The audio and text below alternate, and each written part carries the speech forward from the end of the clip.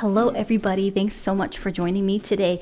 I was sitting in my office and I was looking through my box basically of essential tools, and I thought, you know what, how about I just share with you some things that I think that are essential and some other things that are nice to have when you are starting off on your ukulele journey, or even if you've just been on this journey for a while. Like sometimes there are things that you just don't know what you don't know. So these are just my opinions. Let me know what you think is essential to you or what you think is just nice to have. Disclaimer, some of these things have been sent to me over the years by companies, but the majority of these things I've purchased with my own money. So I'm going to leave that in the description box below with a little like star of what has been sent to me, what not, what is something that I have purchased, so that it's just fully disclosed in the description box.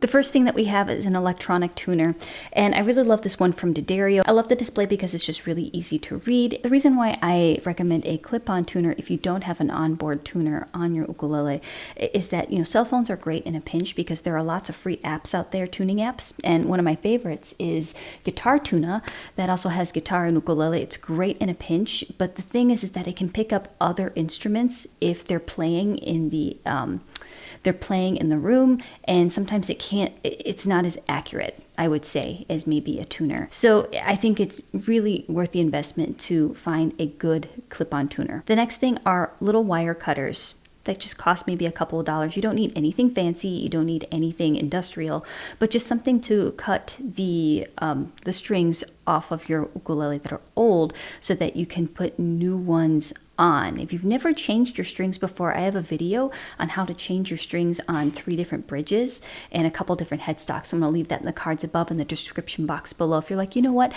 I'm going to try this, and it might be a little scary, but I walk you through the process and it's not as scary as you think. Along with string changes, I really do think that when you are changing your strings, it's a really good idea to condition and clean your fretboard. The recommendation is every 6 months, but I think that, you know, it just really depends upon how much you play, like how often you play, because you will wear your strings out more, so you will need to condition your fretboard, or maybe not condition the fretboard, but, you know, change the strings a little more often if you notice that the strings are weighing down, they're not maintaining their tuning, or just the overall instrument just kind of lost its sparkle that it once had. So those are like the 3 guidelines that I think of when I'm thinking about changing my strings. If you notice that if your fretboard, if it's not made out of ABS plastic or a carbon fiber composite, it's most likely made of wood. So you will need to condition your fretboard, especially in a place where I live. I live in a place that is just all over the place with temperature, very temperate. And then you have like really cold and dry winters, hot and humid summers. And then sometimes it just decides to be 40 degrees one day and then 7 degrees the next day. And my instruments are like, they're crying. So something that helps mitigate all of the, you know, maybe cracking or fret sprout. You can use other oils. I like to use this conditioning oil from Music Nomad. It's called F1 oil. It smells great, does a really good job, doesn't leave behind a gunk or anything. And there's other oils out there. Just make sure you're using something that is specifically made for instruments. I mean, you can have, it says lemon oil on this one. This is an oil that's made for instruments. It's not a lemon essential oil or furniture polish. You will ruin your instrument if you use that, or even coconut oil, anything that is not labeled for instruments, don't use it. Microfiber cloth. And so then what I do is I put the oil on the fretboard, I condition the fretboard with the microfiber cloth, and I think, you know, using something like this is just the likelihood of having like extra fibers getting caught in the fretboard or on your frets, anything like that around the maybe some pokey edges of your instrument. Along the lines of looking in my essentials box, I think this isn't necessarily essential, but it's a nice to have. And this is ukulele cleaner. This is from Music Nomad, and it's meant for matte and glossy finishes. It says it cleans and protects and restores original finish. And so this is just really nice if before I'm filming or while I'm at it, just conditioning the fretboard, just all the strings are off. I'm just able to give it a nice polish and just keeps the instrument nice and shiny. Or if it's matte, it just removes all the buildup. Now, this may not be essential where you live, but where I live, it is incredibly essential, and that is humidity. Making sure that you're monitoring your instrument's humidity or just the room temperature and humidity just really helps. Typically, I've heard that you want to keep your instrument between 40 and 60% humidity so that the wood doesn't warp if it's too humid, or the wood doesn't dry out if it's too dry. I've also heard the sweet spot is more between 40 and 55. Have to double check that. But as long as it's within that range, I think that you're going to be fine. This is a humidifier. And so what you do is you soak this. Distilled water is ideal.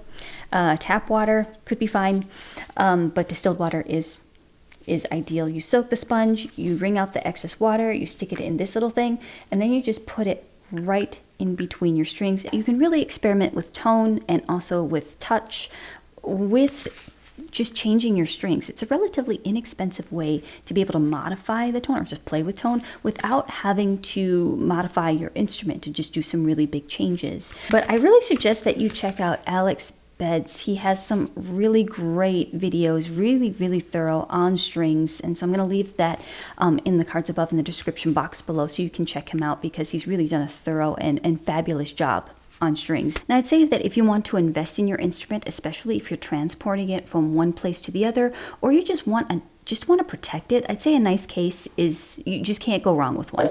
So I've had this one for quite some time. This is from Gator, and it's a hard shell case. It's really protected the instrument, and it's really held up very nicely. So this is a tenor case. It fits the tenor just beautifully, and it's just a little snug, which is nice because then you're not going to have your instrument rattling around on the inside.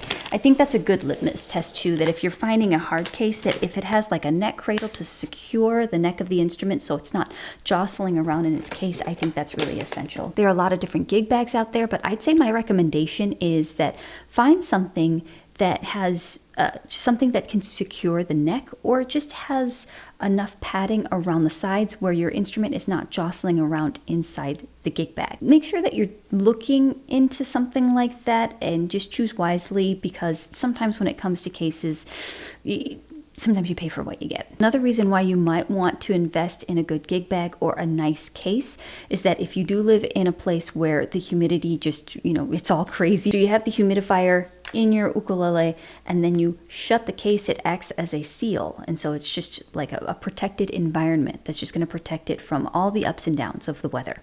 Now, this is essential to me, but I think that for other people, this is a nice to have. This is the Cradle Cube from Music Nomad. I'm able to move it from multiple different angles, flip it over, and it turns into a little cup to hold all of your tools. Cradle Cube, by the way, I did purchase with my own money, and then this I purchased with my own money as well. It's a Music Nomad work mat.